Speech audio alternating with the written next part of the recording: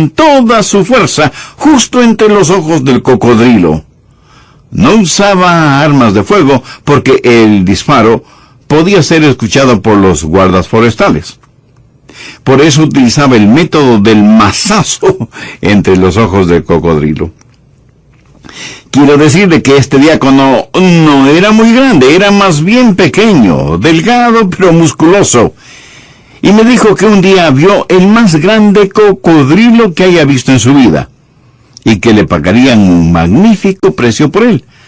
Así que apagó el motor de su bote, se puso junto al cocodrilo, tomó el mazo y con gran impulso y todas sus fuerzas quiso golpear al animal entre los ojos, pero al último momento el cocodrilo se movió y por el impulso que tenía se cayó del bote y él se vio de pronto cabalgando sobre la áspera piel del cocodrilo. Y esta es la parte de su historia que más me gusta. Él me dijo: pastor, yo estuve de regreso en mi bote sin siquiera mojarme. He pensado en esta historia muchas veces porque se parece mucho a la vida cristiana. Un creyente puede resbalar y caer en pecado, pero un verdadero hijo de Dios temerá al pecado como ese diácono tuvo temor del cocodrilo.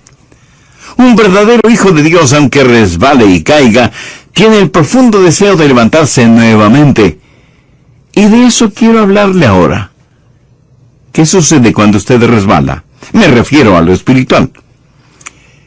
¿Qué pasa cuando usted cae? ¿Qué sucede cuando usted se encuentra, por así decirlo, cabalgando sobre el cocodrilo? Veamos lo que nos dice 1 Juan 1:3. Lo que hemos visto y oído, eso os anunciamos, para que también vosotros tengáis comunión con nosotros. Y nuestra comunión verdaderamente es con el Padre y con su Hijo Jesucristo. Juan nos dice cómo tener comunión con los hermanos y hermanas en Cristo y con Dios el Padre. Y en el verso 4 añade: estas cosas os escribimos para que vuestro gozo sea cumplido. La manera de tener gozo total es teniendo comunión con Dios y con los hermanos y hermanas en Cristo. Y vean lo que dicen los versos del 5 al 7. Este es el mensaje que hemos oído de Él y os anunciamos: Dios es luz, y no hay ningunas tinieblas en Él. Si decimos que tenemos comunión con Él y andamos en tinieblas, mentimos y no practicamos la verdad. Pero si andamos en luz como Él está en luz, tenemos comunión unos con otros, y la sangre de Jesucristo, su Hijo, nos limpia de todo pecado. Mi amigo, la fórmula para la comunión es una vida limpia. Vea lo que dicen los versos del 8 al 10. Si decimos que no tenemos pecado, nos engañamos a nosotros mismos, y la verdad no está en nosotros. Si confesamos nuestros pecados, Él es fiel y justo para perdonar nuestros pecados y limpiarnos de toda maldad. Si decimos que no hemos pecado, le hacemos a Él mentiroso, y su palabra no está en nosotros. La vida es corta. La muerte es segura. El pecado es la maldición. Cristo es la cura. Todos sabemos eso. Sabemos lo que es el pecado, la cosa más devastadora del mundo. Pero, ¿cómo enfrentar específicamente al pecado? Primero tiene que entender que el pecado es eso. Pecado. Dios perdona el pecado. Dios no perdona los errores. Y no estoy diciendo que Dios no le juzga por sus errores, especialmente cuando esos errores conducen al pecado o son en sí mismo pecado. Pero si usted llama a sus pecados errores, entonces nunca los enfrentará. Necesitamos llamar al pecado, pecado. Hay personas a quienes les enseñaron que el hombre es solo el resultado de fuerzas ciegas, que todo simplemente sucedió, que nada más nada da como resultado todo, y que todos estamos aquí como consecuencia de esa fuerza ciega. Bueno, si usted cree eso, entonces usted no cree en el pecado. ¿Usted cree que lo que llamamos pecado es solo un incidente o un accidente o simplemente un estorbo en el camino del hombre que dice que está progresando? Algunos enseñan que salimos de una especie de caldo primitivo, pero que estamos en un camino ascendente. Pero no estamos progresando ni como raza ni como ninguna otra cosa. El hombre comenzó en perfección, hecho a la imagen de Dios. Y es el pecado el que ha arruinado a la raza humana. Pero si usted no entiende el pecado por lo que es, si no ve el pecado como una afrenta ante un Dios santo, si usted llama al pecado cualquier otro nombre, malfunción, error o enfermedad, si usted dice que el hombre está enfermo pero no es malvado, que es débil pero no impío, que está contaminado pero no es pecador, si dice todas estas cosas, entonces nunca enfrentará el pecado como debería hacerlo, y por lo tanto, nunca tendrá comunión con Dios. Verá, el problema con nuestra moderna sociedad es que todos tenemos la carga de la culpa, sin tener un sentido del pecado. La carga de culpabilidad está ahí, y se muestra de varias maneras. Pero muchos de nosotros no nos vemos como pecadores que necesitan ser perdonados. Más bien nos vemos como personas que cometemos errores que necesitan ser corregidos. Así que tratamos de corregirnos nosotros mismos y de alguna manera compensar por el problema o sentir conmiseración sin ser limpiados ni ser perdonados. ¿Cuál es la fórmula de la comunión con Dios? Le puedo asegurar que no es la fórmula que el mundo tiene, porque el mundo tiene diferentes ideas al respecto. Los evolucionistas creen que el hombre está en un camino ascendente hacia la perfección, y que el tiempo se encargará de ello. El problema con esta manera de pensar es que mientras más avanza la sociedad, más profundo nos hundimos. Y si usted cree que King Kong es su primo, está en su pleno derecho de creerlo. Además, usted conoce a sus ancestros mejor que yo. Yo no creo eso. Es más, rechazo con todo mi ser esta clase de mitología simiesca. Los evolucionistas nunca ven el pecado por lo que es. Y luego tenemos los educadores. Dicen que la educación se va a encargar del asunto del pecado. Bueno, si eso es verdad, entonces debemos pensar que la gente que tiene mayores conocimientos será la menos pecadora. Bueno, aplique eso a la Alemania nazi. Probablemente ninguna nación en el mundo ha tenido el nivel de educación superior que tuvo Alemania cuando Hitler llegó al poder. Cuando estuve en la universidad tomé un curso en filosofía, y mi profesor de filosofía, a quien admiraba, también me enseñó griego. Y me decía, este es un hombre que tiene su mente llena de conocimientos. Un día este hombre se fue a un lugar solitario, cubrió el suelo con varios periódicos, puso un revólver sobre su sien y se quitó la vida. Filósofo, políglota, conocedor de lenguas bíblicas, sabía muchísimo. Pero para él la educación no fue la respuesta. Y los científicos nos dicen que el problema del hombre está en sus genes defectuosos.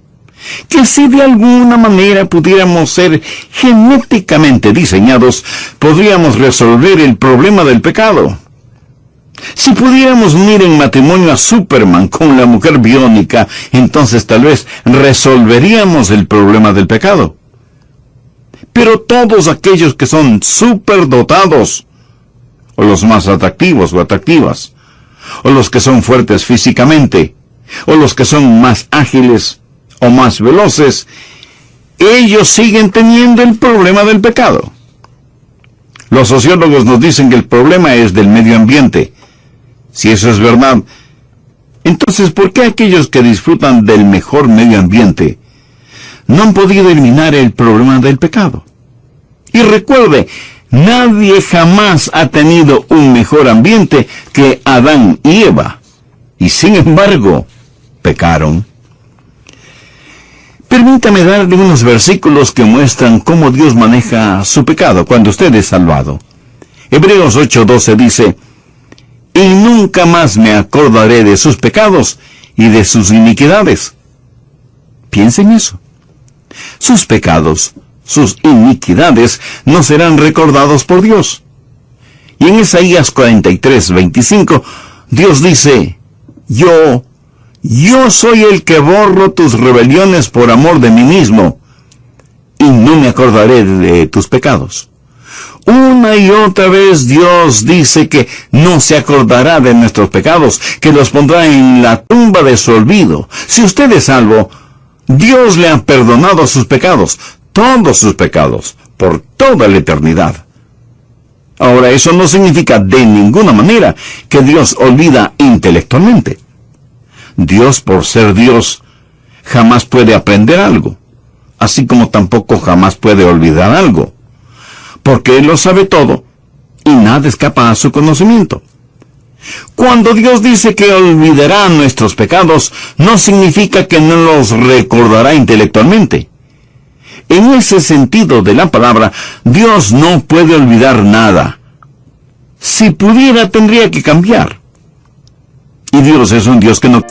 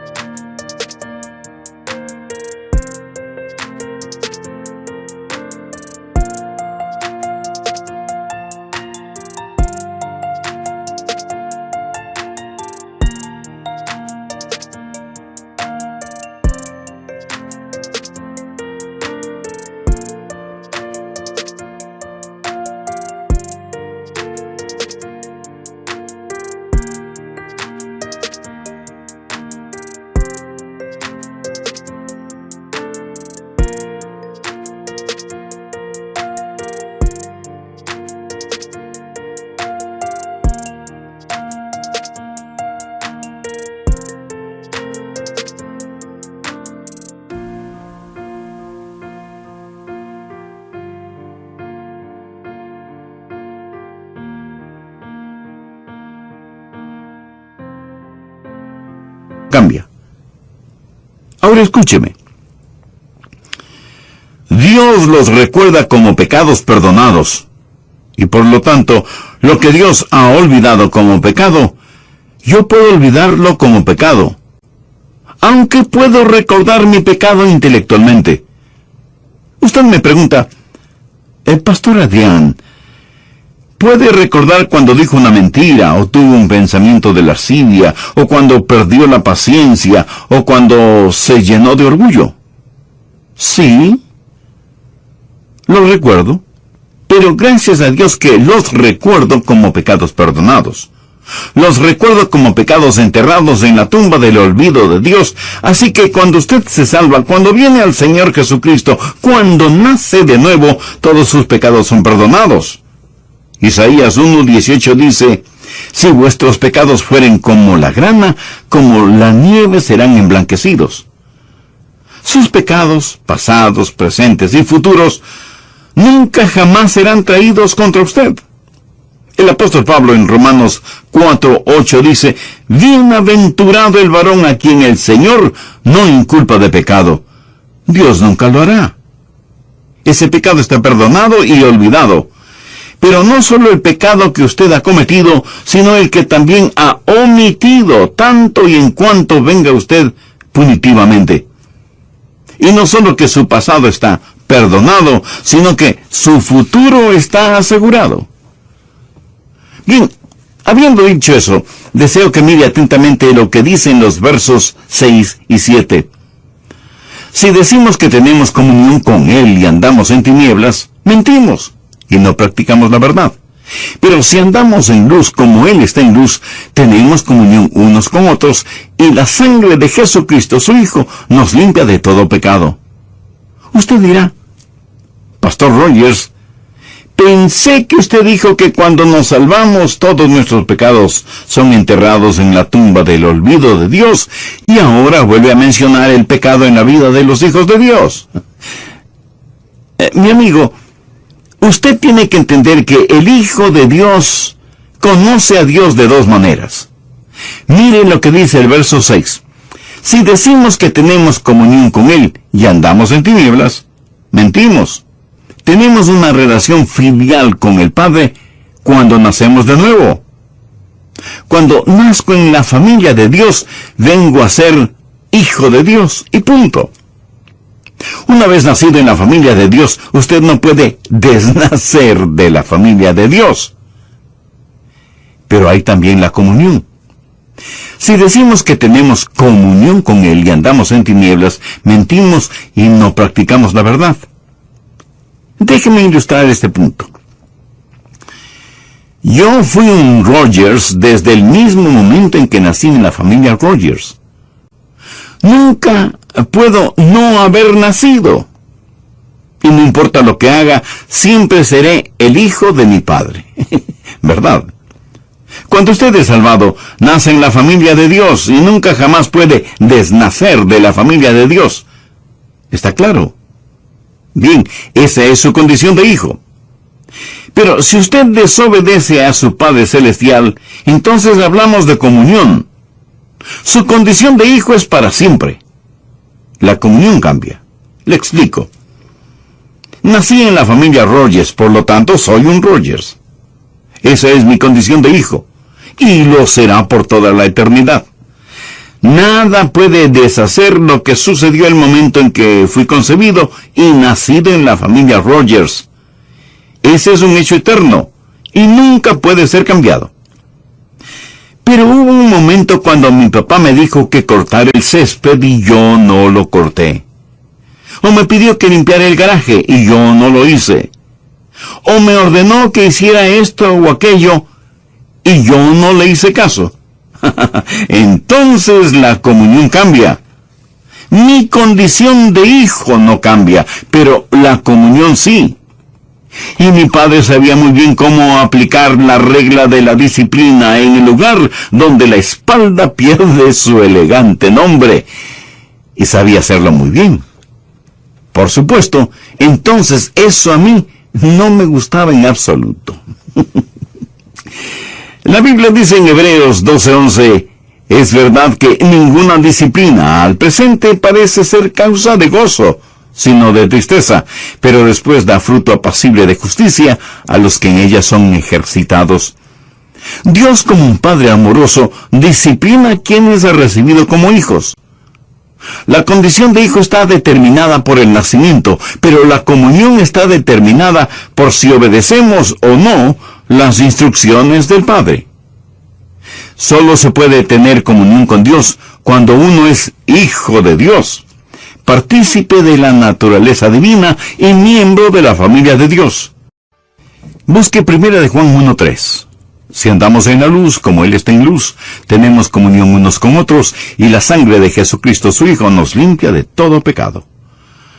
Por favor, note que una cosa es el ser hijo, y otra cosa es el tener comunión. Bien, hay 3 cosas que me gustaría que aprenda. 3 cosas que las encontramos en la primera epístola de Juan. 3 cosas maravillosas que usted debe aprender si quiere tener comunión y permanecer en comunión con Dios el Padre. Primero, su pecado debe ser expuesto a la luz. Aquí hay algo muy interesante. Mire las 2 palabras iniciales del verso 6. Si decimos.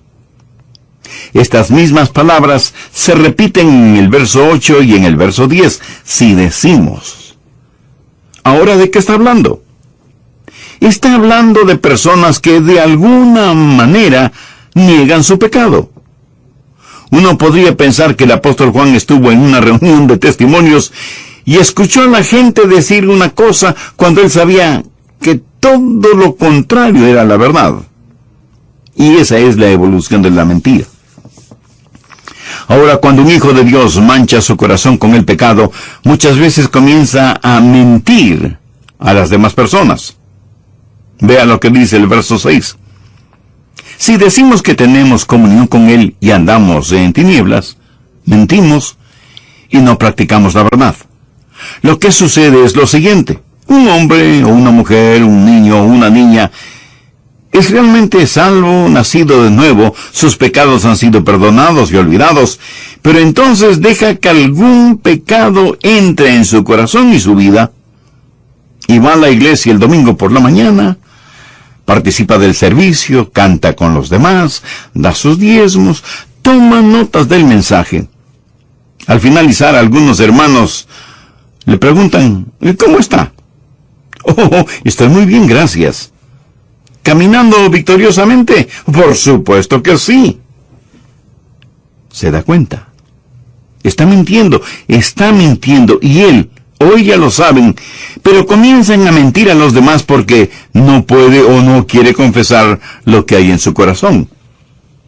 Y muchos de quienes me escuchan en este mismo momento se encuentran en la misma condición. Saben que su corazón no está bien con Dios, pero no quieren que ninguna persona lo sepa.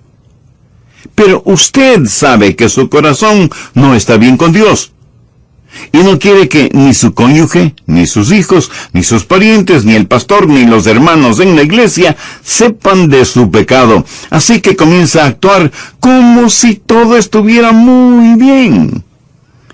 Y seguramente estoy poniendo el dedo sobre la llaga este mismo instante, sobre la vida de muchos de nuestros oyentes. Así que primero comenzamos a mentir a los demás. Ahora mire el verso 8. Si decimos que no tenemos pecado, nos engañamos a nosotros mismos.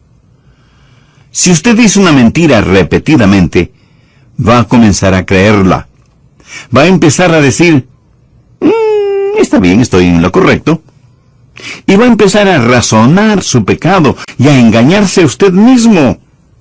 Se vuelve un esquizofrénico espiritual. Se miente a usted mismo. Y en verdad ese es el camino hacia la depresión y la fatiga mental. Pero aún no hemos terminado. Veamos el verso 10. Si decimos que no tenemos pecado, le hacemos a él mentiroso y su palabra no está en nosotros. O sea, terminamos en controversia con Dios. Y lo que es peor, terminamos mintiendo a Dios, o al menos creyendo que podemos mentir a Dios. Lo que necesitamos hacer es exponer el pecado a la luz. Y eso es lo que quiero que usted haga. Usted dirá, pastor, ¿está tratando de hacerme sentir mal? No, de ninguna manera. Estoy tratando de mostrarle cómo tener comunión con Dios. Estoy tratando de que usted, después de escuchar este programa, pueda decir, estoy totalmente, absolutamente limpio, tengo comunión con Dios y con los demás. Pero el pecado tiene que ser expuesto a la luz. Si andamos en luz, como Él está en luz, tenemos comunión unos con otros. ¿Qué es lo que hace la luz? La luz simplemente revela lo que está mal. Mientras más acerca un objeto a una luz brillante, más visibles serán las imperfecciones de ese objeto. Si quiere saber si hay pecado en su vida y en su corazón, expóngase a la luz, dígale al Espíritu Santo de Dios, examíname, oh Dios, y conoce mi corazón, pruébame y conoce mis pensamientos, y ve si hay en mí camino de perversidad. Abra su corazón a la luz de Dios ahora mismo. Preséntese a Dios. No tiene que hacer una morbosa introspección de usted mismo. Sencillamente pídale a Dios que le revele su pecado, porque si andamos en luz como Él está en luz, tenemos comunión unos con otros. Ahora usted necesita aprender la diferencia entre la convicción del Espíritu Santo y la acusación de Satanás.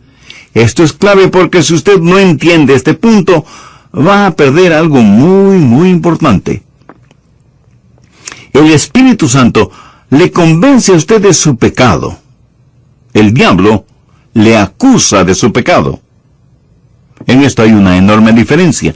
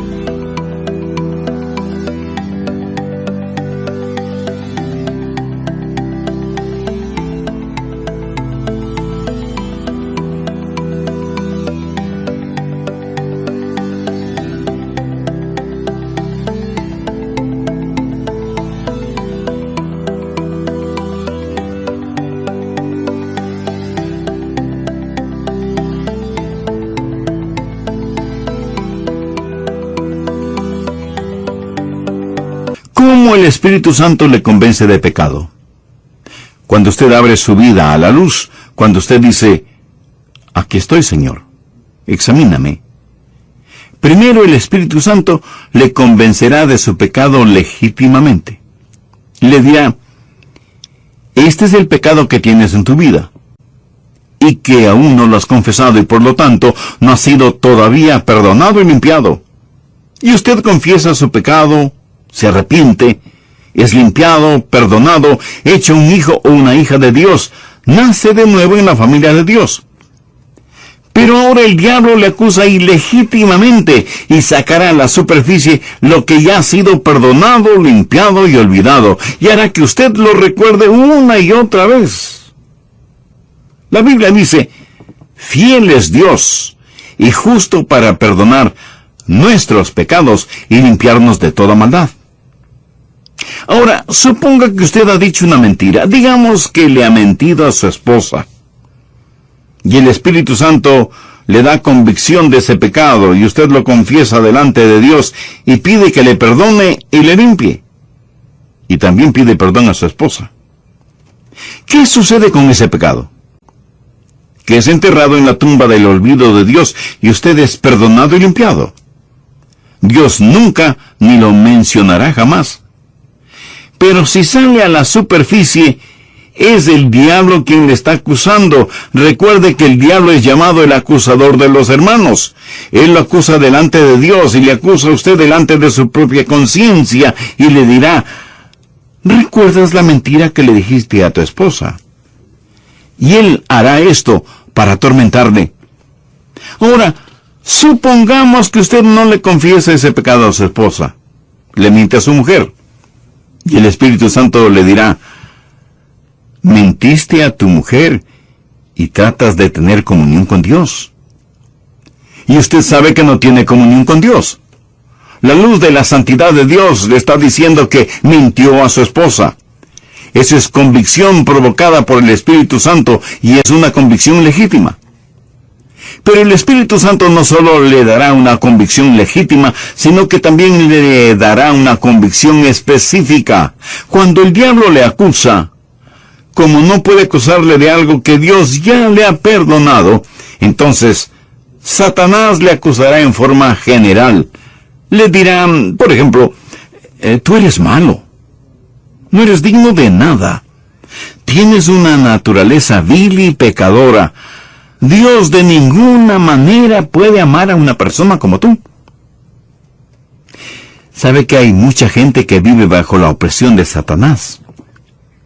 El diablo ha dado a estas personas una visión negativa de ellas mismas y viven satánicamente oprimidas.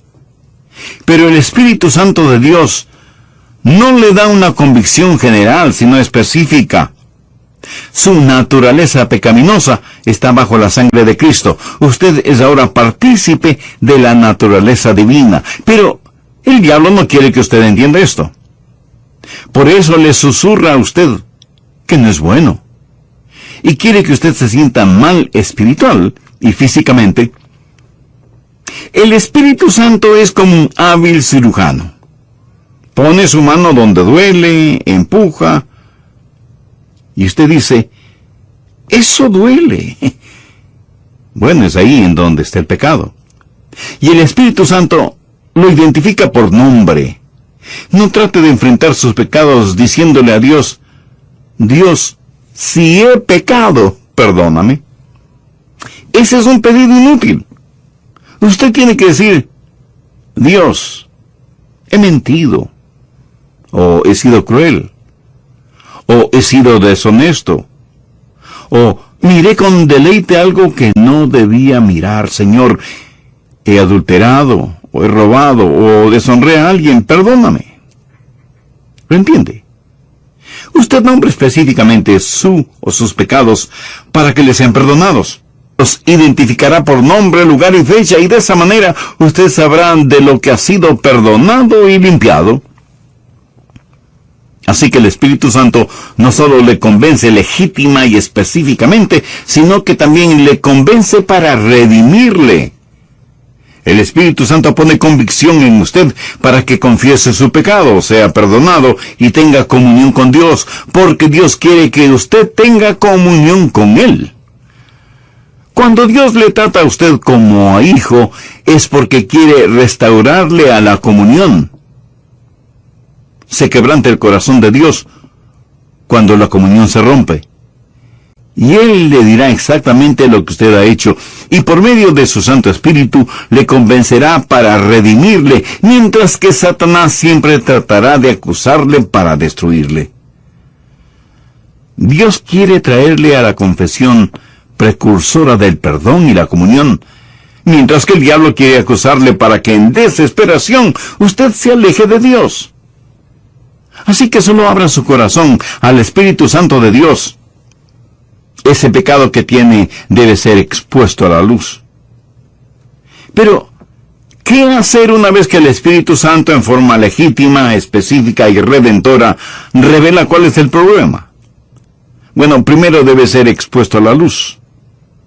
Segundo, debe ser expresado al Señor. Miremos una vez más el verso 9.